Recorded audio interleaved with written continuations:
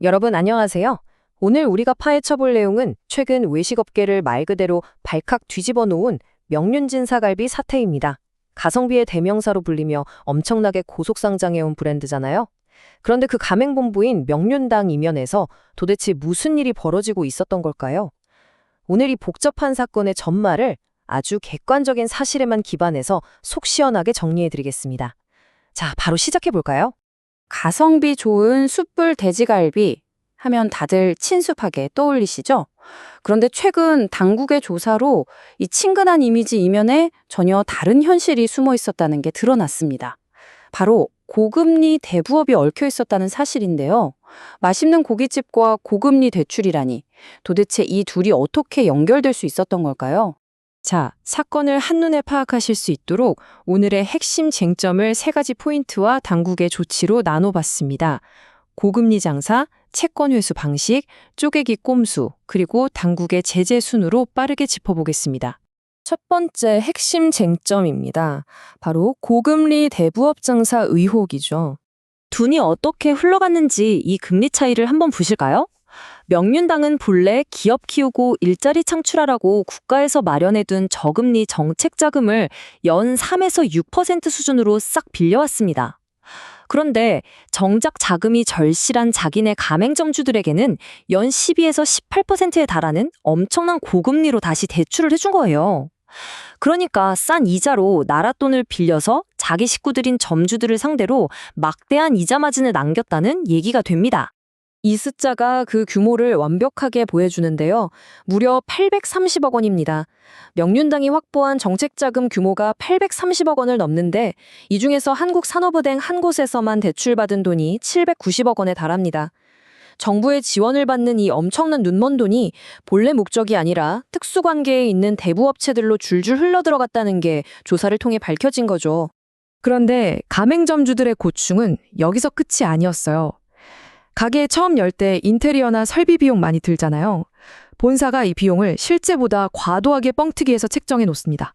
그리고는 돈이 부족한 점주들에게 본사랑 연계된 대부업체를 슬쩍 소개해주면서 사실상 그 특정 업체랑만 인테리어 공사를 하도록 구조를 짠 거죠. 결국 점주들은 비싼 공사비에 비싼 고금리 이자까지 그야말로 숨막히는 이중 부담을 떠안게 된 겁니다. 자, 그럼 여기서 두 번째 쟁점으로 넘어가 볼까요? 바로 가혹한 채권 회수 방식입니다.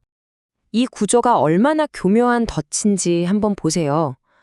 고깃집이니까 당연히 첫 번째로 고기나 소스 같은 필수 품목이 필요하겠죠? 두 번째로 장사를 하려면 이걸 본사에 무조건 주문해야만 합니다. 그런데 여기서 세 번째 단계가 진짜 기막힙니다. 이 납품 단가 안에 아예 대출 원금이랑 이자가 포함되어 있었던 거예요.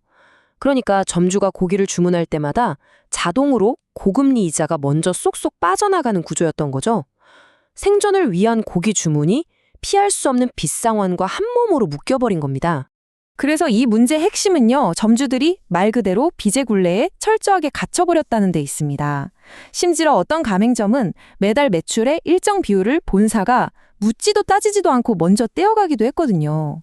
장사가 안 돼서 적자가 푹푹 나는데 월세 내고 알바생 월급 주기다 전에 본사빚부터 갚아야 했던 거죠.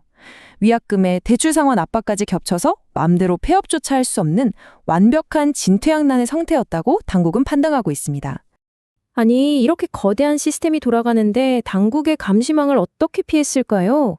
그 비밀이 바로 세 번째 쟁점, 쪼개기 꼼수에 있습니다. 화면 한가운데 있는 숫자 14, 이거 꼭 기억해 두세요. 조사해보니까요, 대주주 이름으로 세워진 대부업체가 딱 하나가 아니라 무려 14개로 잘게 쪼개져 있었습니다. 굳이 귀찮게 왜 14개씩이나 만들었을까요? 아, 바로 이 법적 기존선을 보면 의문이 풀립니다.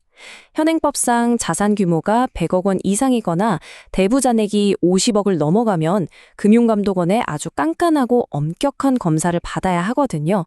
맞습니다. 바로 이 매서운 감시망을 쏙 피하려고 자산 규모를 100억 원 밑으로 교묘하게 맞춘 작은 대부업체 14개를 세우는 쪼개기 등록 수법을 썼다는 의혹을 강하게 받고 있는 겁니다.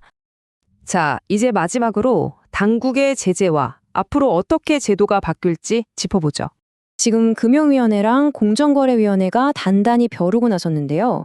우선 금융위는 이번 일을 계기로 아예 법을 뜯어 고쳐서 이런 쪼개기 등록을 원천 차단하고 꼼수가 의심되면 금감원이 바로 직권조사할 수 있게 권한을 확 키우기로 했습니다.